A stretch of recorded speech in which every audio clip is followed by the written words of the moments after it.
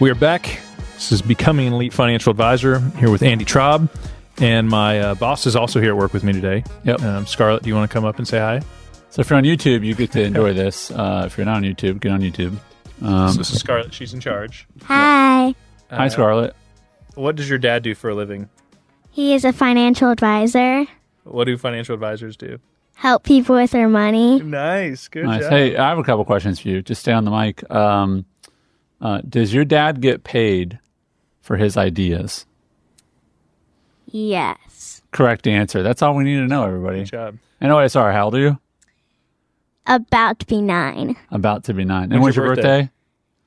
May 19th. So she wants us to tell you that's the day this is coming out. Oh, look at that. So she wants everybody to know. She said, make sure you tell them my birthday's on Friday. So be ready for just like a flood of gifts. a flood of gifts. Yeah. Great job. Thank you, honey. Thank you, boss. All right. Yeah, thanks, boss. Sten, what are we going to talk about today? Today, this comes off the last 2 events. We've been busy cranking it out, traveling together. High five. This is great. We had an in-person How to Charge Live event. Went phenomenal. Had 20-some advisors here at the world headquarters of Lead Advisor Network just outside of Nashville. Rave reviews on this hotel right across. They're Really? they loved it. They're like, first, great hotel, food, Nice. parking, da-da-da. And they're able to just like walk. I mean, it's like 200 yards. I was driving in one day. There was like 20 people on the, probably like 10 people probably walking down the street. And I'm like, who are those people? Oh, they're coming to our event. So It's good. big spot. fan. Yeah. And then another 25 we went and spoke to out in Maryland. Yeah, So that was fun. I get reminded coming right off that event, what human nature in this term that I came across called the escalation of commitment, and the idea that like how firmly we will hold on to something that's familiar. And not that that's a bad trait, because we all have it. I think the difference between people we meet is those that are aware of it and those that are not. yeah. And it's the problem with a bias is if you're unaware of the bias, if you're unaware of the habit. I mean, I'm sure you had it with, whether probably kids, it's like, stop doing that. And like, oh, I didn't realize I was doing that. Right. My daughter, and again, I'm just trying to be a patient, good father, but when she's around other girls her age, 13, and then she is after a youth group at church on Sunday, she gets in the car and she said, Dad, like, I was talking to my friends and we were like, and then she's like, and I was like, Caroline, please stop using the word like. She's like, I can't help it. It's like everybody uses it when they like talk to each other. And I was like, oh my gosh. Yes. And it's like, you don't realize because you just say like, and then Yeah. No, you're going to start stop, doing it. You're right? doing it now already. But she doesn't realize it. That's true. Well, it's funny and cute when it's a girl using the word like too many times. Yep. But when you're older and you don't recognize the bias you have. And so we're going to talk about that. There's another name. You said escalation of commitment, but the other one was Just commitment bias. commitment bias. Yeah. Meaning, and this is true for all of us, there's some level within all of us that we will hold the path. Mm-hmm. And even if something, whether the result isn't what we like or some other new information comes in, our instinct will be to hold the path. And so we have to know that about ourselves, that like whatever that feeling is, just like when I cold plunged this morning. You did the cold plunge? Yeah. You got it all set up? Oh, it's brutal.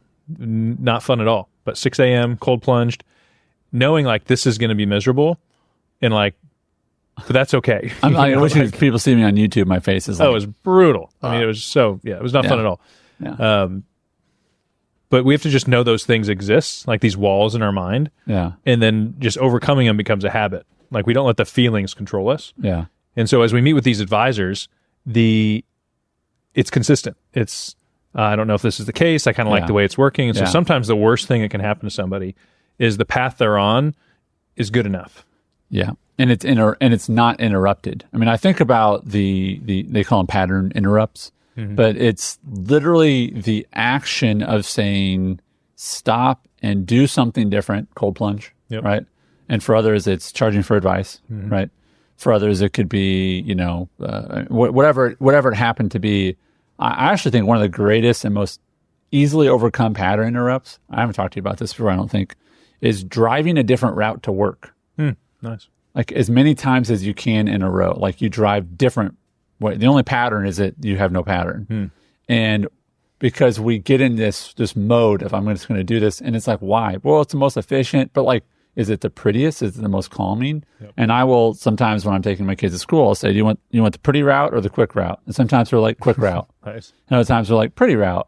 And it's when we drive the pretty route, it's a lot more work for me as a driver because it's kind of out by Liebers and it's like, way up 840 and such. It's beautiful. All these turns. And I guarantee you by the time I get to the office, I am more relaxed because even though it wasn't as fast, I wasn't on the friggin' highway the whole time. Yeah. And there's value in the pattern interrupt. And the problem comes in two ways, and you've taught me about this, is one, as you mentioned before, what do you do with the pattern? Pattern interrupts make sense when it's like, oh, you're failing, you should try something different. But you were telling me that it also happens when you have some measure of success, and also sometimes when you have a lot of success, that the reality or the pain of that is that it's really hard to stop doing something when you've done it well. Yeah. I think there's a difference between like good habits as far as I wake up at 6 a.m. every morning and I drink water right away. I cold plunge, I exercise, all these things. Yeah. And then there's like the idea of here's a business practice that's been working, therefore I'm going to do it forever. And so I want to differentiate as we talk today, like if people are like, hey, Sten, I have these good habits I want to hold true. It's like good, those are known, be consistent, have good systems each day. What I'm talking about is like the idea of your business practice. If you think that our business is not constantly evolving or that as you grow, you're not creating new problems to solve, then you're missing it as an entrepreneur. It's the ability to kind of like try, adapt, and change constantly in that context, where I'm not saying that should be present in every part of your life. I would question what industry has not had some significant change in the last 15 years. Because I think that there's some very tried and true, and I would say automotive is a good example of this, where it's like it hadn't changed for a long time, and suddenly it's like there's this shift happening. And, this is why we're talking to large companies that are bringing us in. This is why, where there's a lot of traction in planning right now because people are recognizing. I just got the phone with a member who you would know if I said their name, but like they just did AUM and they're crushing it for 25 plus years. And they just did some planning and they're like, it's just a different.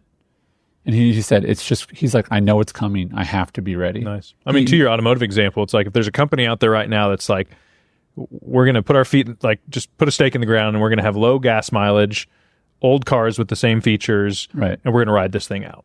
Yeah. Guaranteed to go out of business. Yeah. Like there's some level of like within an industry, you have to keep up with certain changes. Yeah. It doesn't mean it always has to look the same and you can put your own spin on it. But what are the underlying plates that are moving and are you up to speed on those?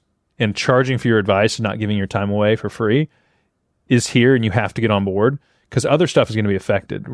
Fees are going to be squeezed, tech is getting involved, but like the human valuing themselves and charging for that time, if you do not learn how to do that, you'll regret it. Let me ask you about something that is related to the change that's happened into the market when, and I think that you were probably an early advisor when this happened, but when people started to really have the capability to do portfolio, stock management, just through the web. Platforms on their own, 2-day Ameritrade, E-Trade, whatever. Yeah, yep. E-Trade. I mean, E-Trade was probably the biggest early, right? I have to assume that within the industry there's rumblings like, are we done? Yeah. You know what I mean? That people like literally know like, we're done. Yep. Right? And so how can people prevent I'm done. I'm a dinosaur. I'm going to, the only time you say dinosaur means it's inevitable. You're going extinct, right? So how confident do you feel and how can people avoid that feeling of like, I'm done? What can they do to prevent that? What kind of reading practices? And then I would love for you to predict who's done. Like, who do you see like, yeah, your days are numbered? There is a portion of advisors that are still selling like commissionable investments in mutual funds. Okay. And any of those that I meet, they've essentially said, I'm just going to ride this thing out. Like it's too hard to reinvent my business at this point because they don't really have recurring income that's substantial. Like they're having to, even at 65 years old, go out and resell everything. And that's just a hard business to do over the long term. What we know to be true is there will always be a place for a human in this process. At one point, it was they had to fill out stock trades. You had to call them in. Like there was no AI. Like that was the way you did it. Now that's obsolete. People can do that all online themselves. Yeah, this is the old trading floor of the New York Stock Exchange, where you literally have people who are selling individual, right? Yeah, or you had to call your broker on the phone. They took the ticket, then they called you back with the confirm. And the ticket was a ticket. I mean, it was like, piece of paper. Now, people still want advice and guidance. They are equipped to do some of the trading on their own, but there's a large segment of clients that are like, I don't feel confident doing it yet. That will continue to change. Think of a chat GPT for investing. Like, we think that's not coming someday. There's going to be some version of it. Yeah. I don't think that's going to make advisors obsolete. But if we're relying on AUM to run our business, and there is something that could happen overnight that would totally disrupt that, we'd be foolish. It's like having one customer as a business. Yeah. It's a very dangerous situation to be in. Yeah. That client passed away and all the assets leave to the kids, or that person just meets somebody else. And it's like, I was actually speaking generally of any business. Any business that has one customer is not a good business. Yeah. Because you're not diversified. It's like only one stock. Yeah. Right? And there's AUM advisors that have 500 clients and you could lose half of them and still be okay. Like, you're diversified in that way. But what we are telling advisors is, even without a shift in the market, the fact you are not valuing your time and energy is a problem. Yeah. Like, even if nothing changes, let's talk about that. Yeah. Do you value your time? Most advisors would say, yes, I do. Then why are you giving away for free? Yeah. Because the transaction is separate than that, and people will pay for both. That is, I think, kind of the cornerstone we're trying to drive home.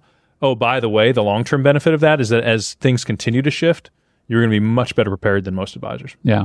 So tell me about, as an advisor is looking forward and they're saying, okay, guys, I'm a believer. Tell me about, we've talked about this sort of for the individual, but is there any value or worth to trying to talk to other people about, let's just say you have a business partner, or you're in an office, like, what do you do with other people's, let me say, commitment bias or escalation of commitment? Like, how can you approach them in a way that they might be receptive? Like, let's assume that there's some way that someone might be receptive to this idea. Maybe they haven't heard of it. Maybe they have, but it's sort of been like, I don't want to change it. Like, they think it's an all or nothing thing. Mm-hmm. What would be your advice to someone listening to the show? Is like, man, I like this, but like the people I work with, they don't get it. Not that they're ignorant, but they just haven't really considered that this is an option. What's a good way to help? I don't know, confront's not the right word, but just deal with someone else's commitment bias or escalation of commitment. I've had this conversation in a few different contexts. One, a young advisor saying, I'm coming into a firm and they don't do this. And I've kind of coached them up on, hey, come to them with a business plan on how to add it. Because if it's no risk to them and it's potential just an added revenue stream, then they may kind of bless you to go try it under their umbrella. If you have a business partner and there's some division there on, hey, let's just stay the course or not, seeing is believing. So part of that is you saying, I'm going this way. This is the way I believe now. Yeah. And you're going to see the fruit of it. Yeah. I mean, people come to our events before charging $0 to $1,000, $1,500. Yeah. And some of the numbers we have now is that after our day and a half, they believe that they could charge up to 12 to 15 grand. Well, it's actually higher. Or higher. So the reason that I was looking at the numbers today, because I was onboarding a new EAN member, and shout out Robert, good to have you as part of the community. But I was reviewing it and I said, so you've charged $0. You feel like your new planning fee should be $5, and you feel confident charging up to is either 18 or 20. Are those accurate? Strong. He said, yeah. He said, absolutely. He goes, and I think I should maybe start maybe 7,500, but I'm gonna go ahead and just start at 5. And I said, that's great. And the question is, like, what shifted in him? I think he was ripe for it. He came to our event for that. But I love the idea of, listen, if you could go to someone and say, I'm gonna do the version 1 of this, Gitmo, good enough to move on, Gitmo. I'm gonna do the Gitmo version of this. I'm gonna charge $2,500, $3,000. Do a very minimal, basic financial plan. Mm-hmm. If you go to your partner, and you say, "Hey, we're going to do this," and then they're going to do the AUM, or they're going to do whatever, but we're going to get paid for our time on this. Yeah. How much? It's not $1,000. And this is the funny thing. We've learned this because we're getting all these data points from more and more advisors. Is there's this safe number. Oh yeah. And the safe number is anything pretty much below 1750. It's like this weird. It is. It's this weird. Yeah. It's this data point. I mean, data just tells you like. It's like they'd done those other studies about how much money at what point does that much more money not make you happier? You know what I'm talking about? Oh, yeah. They have these studies, and I feel like it's like above 90 or something like that. That like it, if you make twice as much, it only raises it by like Twice as happy. 5%. You know what I mean? But we found this safe number among advisors. I think a lot of your listeners are probably experiencing this. Like either it's 0 or it's like if they're charging and they really haven't made it a true focus, they're sort of, I always call it the toe in the water number. Oh yeah. Is like you're sitting on the dock, you haven't really gotten on the boat, you're just sort of like 1,500, 1,700, right? But when you go, people who dive in, it's 4,000, and then it's 6,000, it's 8,000. Again, our goal is not to get to 100,000. Then you're just an employee of someone. You don't do that. Yep. So, what other advice would you give? So, you said just go ahead and do a real basic plan and show the revenue to the partner. Yep. Do a very scalable version of it. Another exercise would be sitting down, and hopefully advisors can look at their calendar, and you go back and you recognize the opportunities that you missed. And you say, man, these people made great income, but they didn't move their assets right away, or all I did was go in for the insurance. But there was something in the making there. Yeah. What is the probability, if you went back to your calendar for the last 12 months, any advisor with decent activity, there's 10 to 20 clients that were slam dunk planning clients. They were making $200K, had no plans in place. Yeah. They would have fully paid somebody to help them start their journey. Right. And then you would have been being paid to stay in touch with them Yeah. when they had the future need. Versus, and I don't mean this in a negative way, it's understandable, versus resenting when they call because you got paid on it, you know. Yeah, or they 9 never did months. anything and you forget about them. And as a good business owner, we're not tracking, hey, we made a contact. This person liked us. Yeah. The timing just wasn't right. So we're going to put them into a funnel for someday down the road. Yeah. What this approach does is we, one, never say no to anybody. I don't have to turn people away because they don't have money. I say, happy to work with you, but here's the fee. Right. And they might say no to us. In addition to that, it's, I can do business with you today. Where in the past, I would have said, hey, when you turn 59 and a half in 10 years, give me a call. Yeah. And so if you have a reluctant advisor, I'd challenge them to sit down and go back through and assign even just a minimum planning fee. We challenge people to not go below 3,500 if you're really going to deliver a great process. And look at how much that revenue that would have been. Yeah. And then you would have gotten the business anyways as you built that model out and added all that value. Yeah. That's an exercise I had people go through. Yeah. So we'll wrap with this. This conversation I was having because we're onboarding quite a few members recently, which is great. Welcome to all of you new members. But I share on the onboarding call. I say, just to be clear, this is our expectation. And we talked about this at our event. Like we have an expectation that the planning vertical of your business would be 6 figures in fees. That's right. Not the AUM, not the insurance. Those things will happen. We know they will happen. If you get the planning fee, and if most of the time, a vast majority of the time, you sometimes have a business owner that says, I just want planning and I'm not going to put any money in the market. Okay. But a vast majority of the time, you'll get the AUM insurance. And we say, this is our expectation of this. And I think that when you have that expectation, your behavior will follow your belief about yourself and your capabilities. And again, we found this to be true that it's always the first thing we talk about, but it's if you believe this to be true about yourself, then you will act in a certain way. That's right. And the model is you, the model is our other members. So I just want to remind people that remember Sten's words about escalation of commitment bias. Just because it has been working doesn't mean that you should continue doing just that. That's right. There's other things to do. And also that what you believe about yourself, i.e. my time has value or it doesn't, will then, the fruit of that will be, do you charge for your time or you not? And we want to encourage you that if you're down on yourself about I haven't been charging, it literally is a decision. I mean, it sounds hokey, but like it is a decision because we've seen it happen again and again when people come to our events, part of our community. It's like, last week it was 0. Literally, this guy I was talking to today, last week it was 0. And today he's like, man, $5,000, Come on. period. And it was just a decision he made. And what we know now is we've never had anybody charge for advice. We've had people come to us and say, this is crazy. You just give that away for free. Like that's the way the world works. You sprinkle on financial planning and you go for the sale. That's just not who we are. But if what you can say is what we've never had anybody say is they've charged a fee and they've started thinking this way and then they've gone back. Yeah. We say, this has changed the way I see the business. This has gotten me more excited about the business. Yeah. This is what I was always knowing in my gut. There was a different way than what the industry kind of told me was the case. It solved my frustrations of this is taking so much time and I'm resenting people calling me even though they're paying me. Yep. Yeah. Yeah. So we hope this is an encouragement to you and sort of an eye-opening. And again, something that we find that advisors who really, really do a great job at this is their level of self-awareness.